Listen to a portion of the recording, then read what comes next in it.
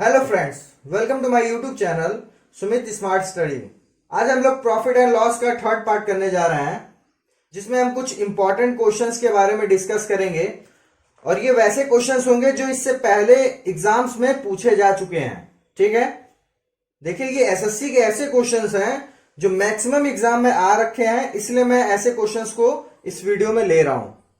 देखिए, प्रॉफिट और लॉस के जो पहले और दूसरा पार्ट मैंने बनाया है उसमें मैक्सिमम क्वेश्चंस मैंने कवर किए हैं प्रॉफिट लॉस के। ठीक है, जितने भी टाइप्स के क्वेश्चंस होते हैं मैंने उसमें कवर किए हैं। उसका लिंक डिस्क्रिप्शन बॉक्स में है, आप चाहे तो जाके वहां पे देख सकते हैं।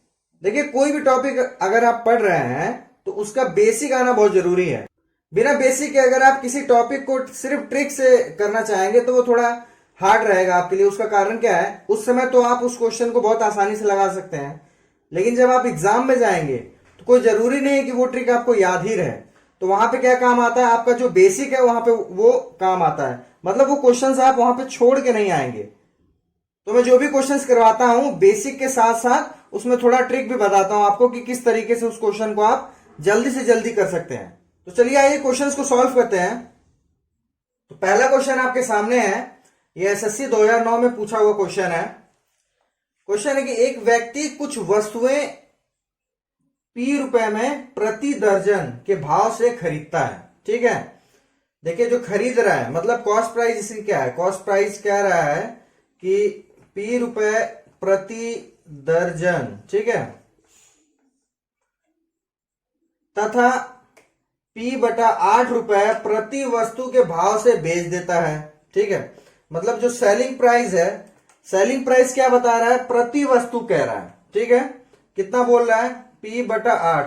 अब देखिए प्रति वस्तु कह रहा है और यहां पे कॉस्ट प्राइस किस हिसाब से था, दर्जन के हिसाब से था। तो हमें अगर प्रति वस्तु को दर्जन में कन्वर्ट करना है तो इसको 12 से मल्टीप्लाई कर देंगे, क्योंकि एक दर्जन में 12 होते हैं। ठीक है, तो यहां पे इसको हम सॉल्व कर लेंगे। तो देखिए ये कट जाएगा 2 बार में, ये कट जाएगा 3 बार में, तो क्या आ जा रहा है आपका 3P/2 रुपीज। ये क्या आ गया आपका सेलिंग प्राइस। सेलिंग प्राइस किस चीज का है, ये प्रति दर्जन का है। ठीक है, क्योंकि कॉस्ट प्राइस जो है प्रति दर्जन में था। ठीक है, अब देखिए यहां पूछ रहे हैं उसका लाभ प्रतिशत कितना है। ठीक है, तो देखिए यहां पे हम प्रॉफिट निकाल सकते हैं ना। प्रॉफिट इक्वल टू क्या होता है, एसपी माइनस सीपी। तो देखिए एसपी कितना है आपका 3P/2 माइनस सीपी कितना है आपका P इज इक्वल टू, अब देखिए 2 इससे मल्टीप्लाई होगा, यहां 2P हो जाएगा ऊपर। ठीक है, तो 3P माइनस 2P कितना हो गया P, और अपॉन नीचे कितना है 2। ये इसका क्या हो गया, ये आपका प्रॉफिट हो गया। ठीक है, लेकिन हमसे पूछा क्या है, प्रॉफिट परसेंट पूछा है। आप यहां से भी प्रॉफिट परसेंट निकाल सकते हैं, लेकिन मैं आपको निकाल के बता दे रहा हूं, उसके बाद बताता हूं कि यहां कैसे आप निकाल सकते हैं। तो देखिए profit percent is equal to क्या होता है, ऊपर प्रॉफिट होता है, नीचे क्या होता है आपका कॉस्ट प्राइस होता है, इंटू 100 होता है। तो देखिए प्रॉफिट क्या है आपका, प्रॉफिट आपने निकाला P/2, सीपी क्या है आपका P इंटू 100। अब देखिए ये P जब इधर जाएगा मल्टीप्लाई में चेंज होगा तो क्या हो जाएगा P/2 इंटू 1/P इंटू 100।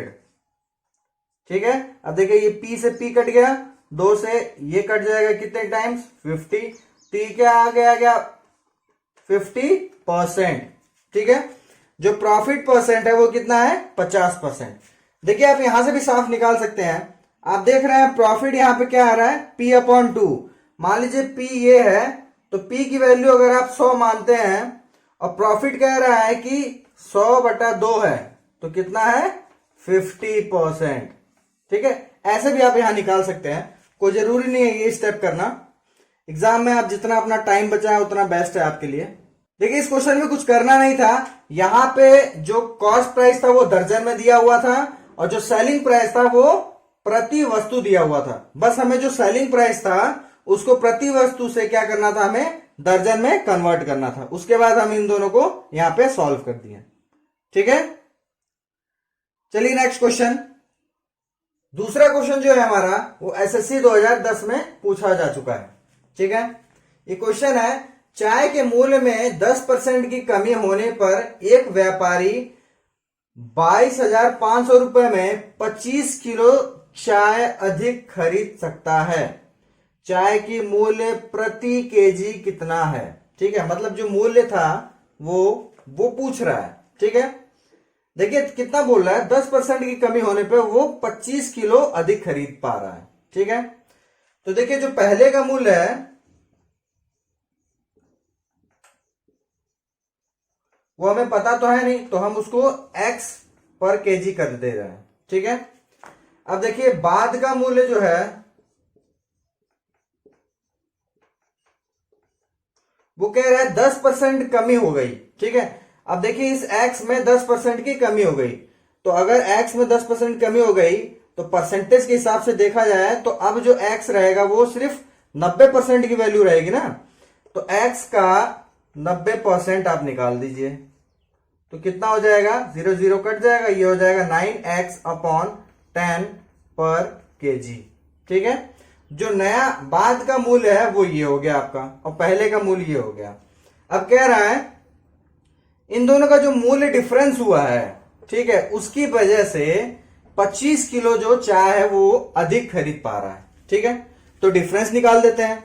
तो देखिए 22,500 बटा 9x अपॉन 10 माइनस 22,500 बटा x इज इक्वल टू 25।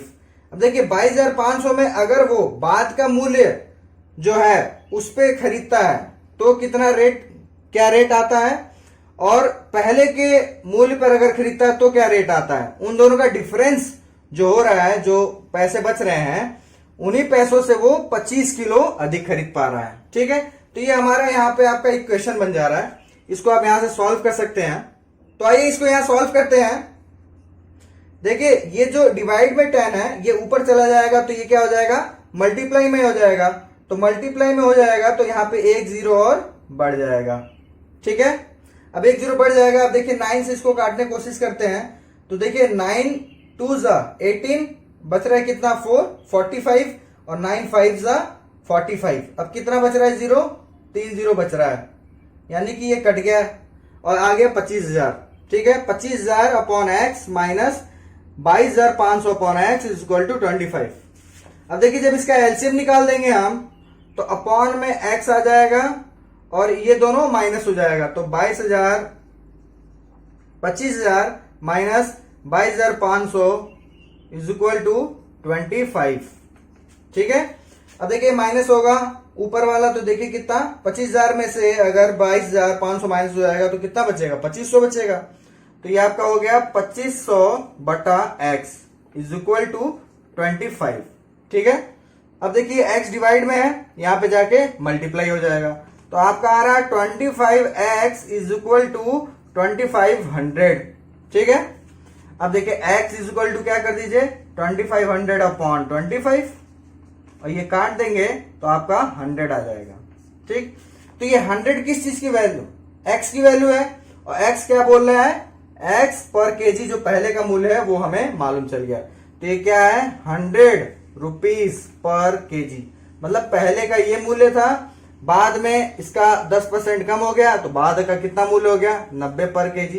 देखिए क्वेश्चन में कुछ भी पूछेगा आप इससे निकाल सकते हैं। ठीक है, तो चलिए अगला क्वेश्चन करते हैं। तीसरा क्वेश्चन जो है वो एसएससी 2010 में पूछा जा चुका है। ठीक है, ये क्वेश्चन है, ए किसी वस्तु को 15% लाभ पर बी को बेचता है, बी इसी को 10% हानि पर सी को बेचता है। यदि सी ने इसके लिए 517.50 रुपए का भुगतान किया हो तो ए ने इसे कितने रुपए में खरीदा। देखिए इजी क्वेश्चन है, बहुत हार्ड क्वेश्चन नहीं है ये। कह रहा है कि ए किसी वस्तु को 15% लाभ पर बी को बेचता है, ए बी को बेचता है किसी वस्तु को 15% लाभ पर। ठीक है, और बी उसी वस्तु को सी को बेचता है 10% हानि पर। ठीक है, और जो सी है वो जो फाइनली जो वस्तु खरीद रहा है वो 517.50 रुपए में खरीद रहा है। ठीक है, तो ए ने इसे कितने रुपए में खरीदा। आप चाहे तो यहां से भी इस चीज को देख सकते हैं, लेकिन एक नॉर्मल तरीके से मैं आपको बता देता हूं इसको। मान लीजिए ए ने इस वस्तु को 100 रुपए में खरीदा था, ठीक है। 15% प्रॉफिट लेके बी को बेच रहा है, तो कितने में बेचेगा, 115 रुपए में, ठीक है। बी को बेच दिया। अब बी ने सी को बेचा 10% हानि पर, तो 10% हानि पर क्या मतलब है, यानी कि 115 का 90% सी को बेच दिया, तो 115 का आप 90% निकाल दीजिए। देखिए 0 0 कट गया, ये 10 कटा 2 टाइम्स, और ये 2 टाइम्स और 3 टाइम्स, ठीक है, 23। अब इसको सॉल्व कर लीजिए। अब देखिए 9 9 18 27, 7 2 कैरी, 9 2 18 2 20/2। अब ये कट गया 1 0 और 3 जा 0.5 रुपीज, ठीक है। तो 103.5, ठीक। मतलब क्या था कि ए ने 100 रुपए में जो वस्तु खरीदी, उस वस्तु को बी से सी ने 103.5 रुपए में खरीदी, ठीक है। लेकिन बोल क्या रहा है, ये तो हमने ये एज्यूम किया था ना कि 100 रुपए की वस्तु थी, लेकिन यहां पे कितना है, 517.50 रुपए। बस इसको इक्वल कर दीजिए, आंसर आ जाएगा। देखिए 103.5 रुपए यहां बराबर कह रहा है 517.50 के, ठीक है। तो कह रहा है कि ए ने जितने में खरीदी वो बताइए, तो ए ने कितने में खरीदी थी, 100। इसकी वैल्यू हमें निकालनी है। तो देखिए इसका निकालने का क्या तरीका है, 517 को यहां पे लिख दीजिए, ठीक है, और 100 को यहां पे मल्टीप्लाई कर दीजिए, और नीचे जो है आप 103.5 को लिख दीजिए, ठीक। अब इसको हम सॉल्व कर लेंगे। अब देखिए पॉइंट हटेगा तो ऊपर 0 बढ़ेगा, पॉइंट हटा, यहां पे हमने 0 बढ़ा दिया, ठीक। अब देखिए ऊपर वाली संख्या को जब हम मल्टीप्लाई करेंगे तो 0 कितने आ रहा है, 1 2 3 4 0 आ रहा है आखिरी में। लेकिन देखिए यहां पॉइंट के बाद 2 डिजिट है, ठीक है, तो यानी कि 4 में से 2 0 गायब हो जाएंगे, तो आपका कितना बच रहा है, 51750, ठीक। और 1 0 और हो जाएगा, क्यों, क्योंकि देखिए यहां 4 0 थे जब मल्टीप्लाई करेंगे, लेकिन पॉइंट है तो यहां पॉइंट लग जाएगा, तो ये चीज हट जाएगी, ठीक है। अब नीचे क्या आ रहा है आपका 1035। जब भी ऐसा आए और ऑप्शन में पॉइंट में ना हो तो एकदम 100% है कि ये यहां पे कटेगा, ठीक। अब देखिए 5 5 है, तो आखिरी में 5 है, यानी कि आप 5 से इसको मल्टीप्लाई कर सकते हैं। देखिए 5 गुना भी है, 5 से मल्टीप्लाई कीजिए, देखिए 5 5 से 25, तो यहाँ 5 2 कैरी, 15 2 17 और 5, देखिए आ रहा है ना। तो इसको हम काटेंगे तो ये 5 टाइम्स और 2 0 है, 2 0 आखिरी में लग जाएगा, तो यहाँ पे क्या आ जाएगा आपका 500 रुपीज, ठीक। तो कहने का क्या मतलब है, ये जो 500 रुपए है ये एक है, मतलब ए ने इतने रुपए में इसको खरीदा था 500 में, फिर बी को बेच दिया 15% प्रॉफिट में, फिर बी ने 10% लॉस पे सी को बेच दिया, जो वैल्यू यहां पे थी, ठीक है। तो चलिए नेक्स्ट क्वेश्चन करते हैं। देखिए चौथा क्वेश्चन जो है वो एसएससी 2007 में पूछा जा चुका है, ठीक है। ये क्वेश्चन है, एक कुर्सी को 720 में बेचने से दुकानदार को 25% की हानि होती है, ठीक है। वह इस कुर्सी को कितने रुपए में बेचे कि उसे इस पर 25% का लाभ हो, ठीक है। अब देखिए हमारे पास क्या दिया हुआ है, 720, ये कितने परसेंट की वैल्यू है, कह रहा है 25% की हानि हो रही है उसको 720 में बेचने के लिए। हानि हो रही है मतलब ये कितने की वैल्यू है, 75% की वैल्यू दे रखी है 720 रुपए, ठीक। अब कह रहा है वह इस कुर्सी को कितने रुपए में बेचे कि उसे इस पर 25% का लाभ हो। अब देखिए 25% का लाभ क्या होता है, जितने में आप खरीदो, खरीदता आदमी कितने पे है, 100% पे खरीदता है, ठीक है, ये इसकी कॉस्ट प्राइस है, ठीक। अब इससे ज्यादा पे अगर वो बेचता है तो उसको क्या होता है, प्रॉफिट होता है, ठीक है। तो कितना बोल रहा है, 25% का लाभ, तो यानी कि इसमें 25% हम जोड़ेंगे तभी तो उसको लाभ होगा, तो यानी कि 125% की बात कर रहा है यहां पे, ठीक है। कह रहा है कि 25% लाभ हो, वो कितने में उसको बेचे, तो 125% की हम यहां वैल्यू निकाल देंगे। अब देखिए इसका मैं साफ साफ आपको तरीका बताया था, 720 को आप सीधे यहां नीचे लिख दीजिए, ये 125 आप यहां पे मल्टीप्लाई कर दीजिए, और ये जो ऊपर 75 है इसको डिवाइड कर दीजिए। ठीक है, अब देखिए 75 और 125 ये 25 से डिवाइड हो जाएगा, 25 3 जा और 25 5 जा, ये कट जाएगा। अब देखिए ये इसको भी काट देगा यहाँ पे, 3 2 जा 6 और फिर 3 4 जा 12 और 0, मतलब 240 गुणे 5। अब 240 गुणे 5 कर दीजिए, 0 का 0, 5 4 जा 20, 0 2 कैरी, 5 दूना 10 और 2 12, मतलब 1200 रुपए क्या हो गए इसके 25% लाभ के साथ। ठीक, वो 1200 में अगर बेचेगा तो उसको 25% का लाभ होगा।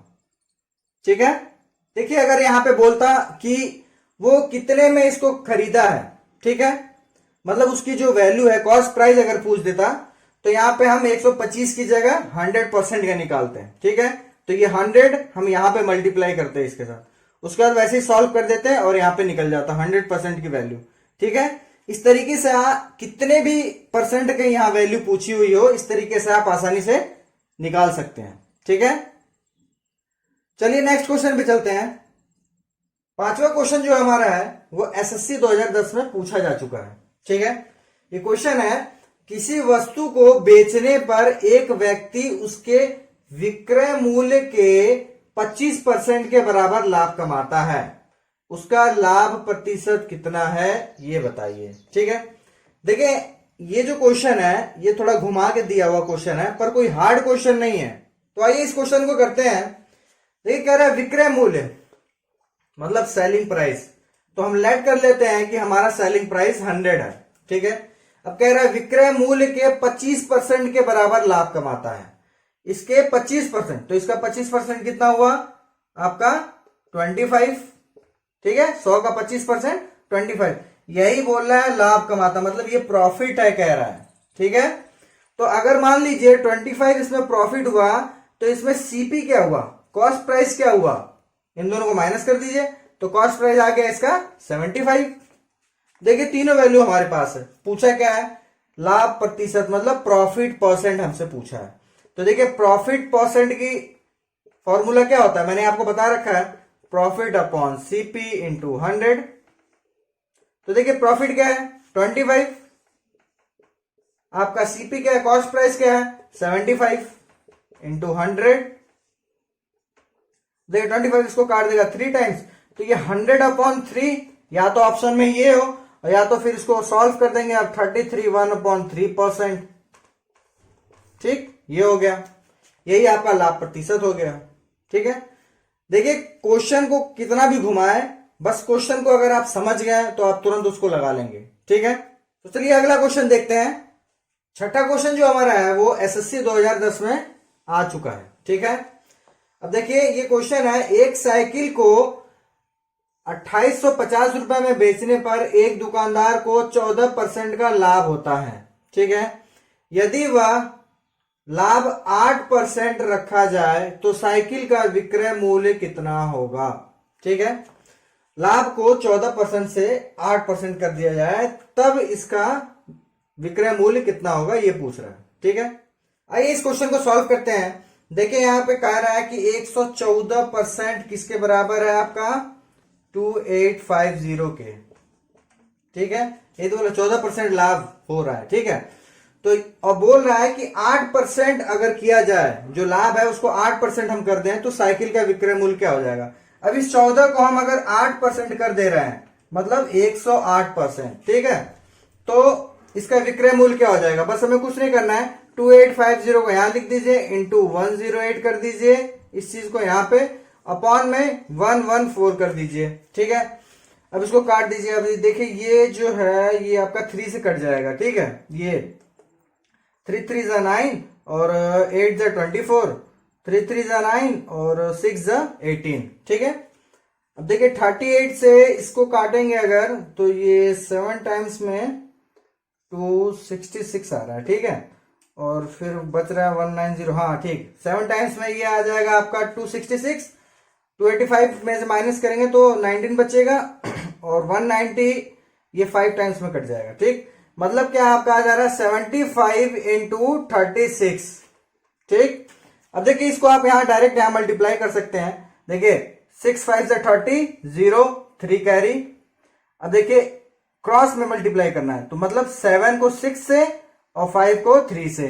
ठीक है, तो देखिए 5 3 जा 15 और 6 7 जा 42, तो ये कितना हो जाएगा 0 और ये 6, तो यानी कि यहाँ 0 आ गया, 6 कैरी हो गया। अब देखिए आखिरी में 7 3 जा 21 और 6 27, मतलब 2700 रुपए आपका ये आंसर आ जाएगा। मतलब 108% की वैल्यू आपकी 2700 आ गई है। ठीक है, देखिए यहाँ पे ये मल्टीप्लाई उसी तरीके से मैंने किया है, 75/36 जैसे करता था, 5 को 6 से, फिर क्रॉस में, फिर आखिरी में ये। ठीक है, देखिए अगर आपका बेसिक जो कॉन्सेप्ट है वो अगर क्लियर होगा तो ऐसे क्वेश्चंस अगर एग्जाम में आ जाते हैं तो आप उसको ज्यादा से ज्यादा 1 से 2 मिनट में सॉल्व कर लेंगे। ठीक है, ज्यादा टाइम नहीं लगेगा आपको, बस आपका बेसिक क्लियर होना चाहिए। मतलब जो चीज आप कर रहे हैं आपको क्लियर हो कि ये मैं इस तरीके से करूंगा तो मेरा आंसर आ जाएगा। ठीक है, तो ये कुछ प्रॉफिट लॉस के ऐसे क्वेश्चंस थे जो इससे पहले एग्जाम में आ चुके थे और मैं ये क्वेश्चंस लेके आया ताकि आगे के एग्जाम के लिए आपको थोड़ा इजी हो जाए। देखिए ऐसे ही क्वेश्चंस मैं आगे के वीडियो में भी लेके आऊंगा जो इससे पहले पूछे जा चुके हैं। देखिए ऐसे क्वेश्चंस करने का फायदा क्या होता है, सेम टू सेम तो देखिए ऐसे क्वेश्चंस नहीं आते हैं, लेकिन इसी पे बेस्ड क्वेश्चन आते हैं। ठीक है, थोड़ा बहुत इसमें चेंजेस कर देगा, नंबर में ये नंबर चेंज कर देगा, थोड़ा लैंग्वेज में चेंज कर सकता है, इससे ज्यादा चेंज नहीं करेगा। अगर एग्जामिनर को इस बेस पे क्वेश्चन देना है तो वो इस टाइप के क्वेश्चंस में ज्यादा चेंजेस नहीं कर सकते हैं। ठीक है, इसलिए हमको जो प्रीवियस ईयर के जो क्वेश्चंस होते हैं उसको सॉल्व करना बहुत जरूरी होता है, उससे आपकी प्रैक्टिस हो जाती है और ये पता चल जाता है कि किस किस टाइप के क्वेश्चंस आते हैं। तो अगर आपको मेरा वीडियो अच्छा लगा हो तो प्लीज वीडियो को लाइक करें और चैनल को जरूर सब्सक्राइब कर लें और बेल आइकन को जरूर दबा लें। Thank you.